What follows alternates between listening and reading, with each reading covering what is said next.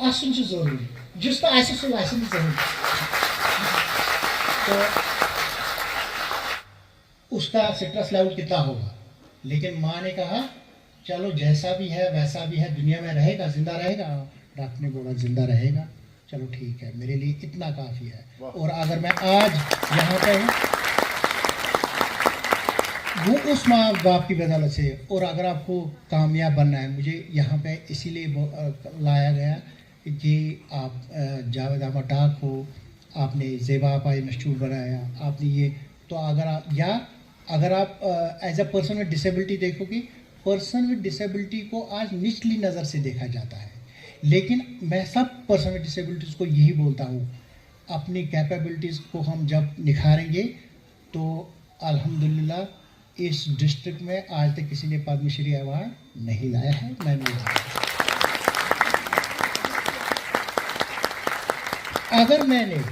अगर मेरे पास डिसेबिलिटी नहीं होती, मेरे पास पद्मश्री अवार्ड नहीं, तो मैंने ज़िंदगी को इसलिए पॉजिटिविटी से लिया। अगर मेरी टांगे मिस है, मेरा दिमाग तो है ना। और अगर आप स्ट्रेस लोगे, आपकी टांगे भी होंगी, आंखें भी होंगी, लेकिन आपका दिमाग काम नहीं करेगा। और जब दिमाग काम नहीं करेगा, it is the worst kind of disability. आप वर्स्ट काइंड ऑफ डिसेबिलिटी में शरीक हो जाओगे। हर कोई साइकोलॉजिस्ट ने जब दुनिया में बिहेवियर पढ़ा, क्योंकि psychology is the science of behaviour जब पढ़ा तो मतलब ये हमारे पास भी मिसाल है, जो इस वक्त 40 साल के हैं, 50 साल के हैं, क्या उनके माँ बाप ने पढ़ा था कुछ? क्या उनके पास कोई डिग्री थी? क्या उनके पास कोई कॉलेज डिग्री थी? लेकिन वो माँ जिसने कुछ नहीं पढ़ा है और उसके 4 पुश्ते इस वक्त कोई बेटा कोई बड़ा प्रोफेसर है, उसका बेटा डॉक्टर है, बेटे का बेटी या बेटा कुछ ना कुछ बड़े ओहदे पे है, आईपीएस है, आईएएस है, तो क्या अगर उन्होंने इस दुनिया में यही सोचा होता कि हम पढ़े लिखे नहीं हैं, हमारा वैल्यू नहीं है, कंपैरिजन किया होता कि उसको देखो, फलानी को देखो, मार्गरेट थैचर को देखो, इंदिरा गांधी को देखो, क्या वो हमें पाल सकते थे? इसलिए education stress is not a stress. Education हमारी नॉलेज है, इसको इंटरेस्ट के साथ पढ़ो। जिस तरीके से हम व्हाट्सएप पे चैट करते हैं, उसी तक किस इंटरेस्ट के साथ करते हैं, उसी तरीके से किताबों में पढ़ो कि अपने। और सिलेबस एक लिमिटेड चीज़ होता है और हर किसी सवाल का जवाब है, हर किसी का जवाब हमारे दिमाग से है, सोचने से है। जब हम वो वक्त ज़ाया करते हैं 9 महीने, फिर हम 10वें महीने पढ़ने लग जाते हैं, तारक ये नहीं बोझ तक ये बोझ नहीं नवा तो पढ़ू तो योस। इसलिए बी लाइक ए टॉर्टाइज की तरह। टॉर्टाइज और हिरन की ये हेयर की कहानी जो थी, खरगोश और कछुए की कहानी जो थी, वो कहानी कहाँ, क्या किसी ने लाइव देखा कि ऐसा कुछ हुआ था?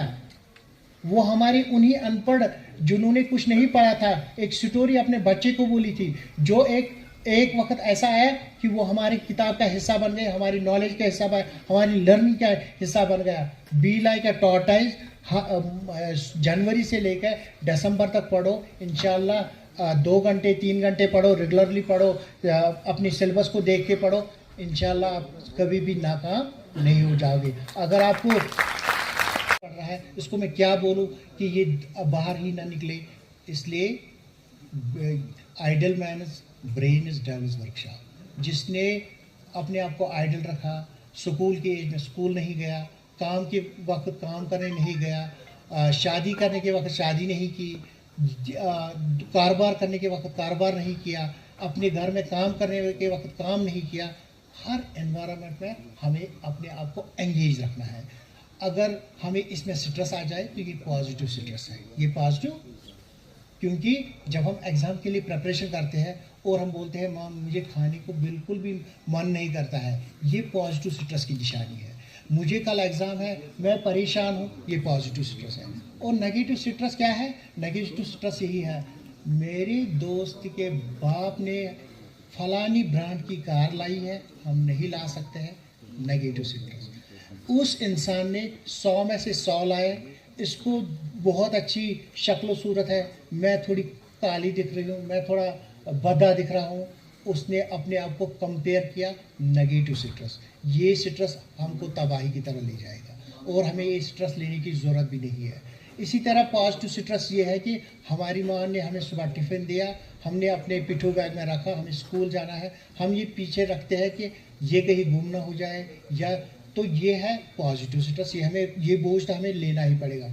मोबाइल हमारे किसी काम का चीज़ नहीं है इस टाइम, पढ़ाई में, क्लास में, लेकिन फिर भी हम हाथ में लेके घूम रहे हैं। This is the citrus in our hand. हमने अपने आपको खामखा इसमें एंगेज किया है। या सिट्रस भी एक ऐसी चीज़ है जिसको हम बोलते हैं कि जो हमने दिमाग में कुछ रखा, कुछ चीज़ को इतना ज़्यादा रखा कि हम बोल रहे हैं कि ये ज़रूरी है मेरे लिए ये ज़रूरी है कि मुझे हर दिन इतना खूबसूरत लग रहा है कि मुझे हर किसी को डिफीट करना है। तो ये बोझ जो हमने रखा है, ये नेगेटिव सिट्रस है, ये हमें कभी जीने नहीं देगा। और सबसे बेस्ट है कि सिट्रस को दूर भगाना है। वो कैसे? पहले सिट्रस को जगह ही नहीं देनी है, खुश रहना है। खुश कैसे रहेंगे? खुश ऐसे रहेंगे कि जब हम उन चीज़ों से बिल्कुल अपने आप को दूर रखेंगे जो हमें सताते हैं। जैसे पहला, कंपैरेटिव असेसमेंट। अपने आप को और अपनी ममेरी बहन को, चचेरी बहन को या छोटी बहन को इसके साथ कंपेयर करना कि इसने इतना अच्छा किया है, इतने अच्छे मार्क्स आते हैं। कभी कंपेयर मत करो। अगर आपने कंपेयर किया तो you are placing yourself in the dark era. आप कभी इस चीज़ को हासिल नहीं कर सकते हैं। हम कभी किसी की कार्बन कापी नहीं बन सकते हैं। जो हमारी कैपेबिलिटी है उसको आगे लाओ और अपनी जो कमी है उसको पीछे ले जाओ।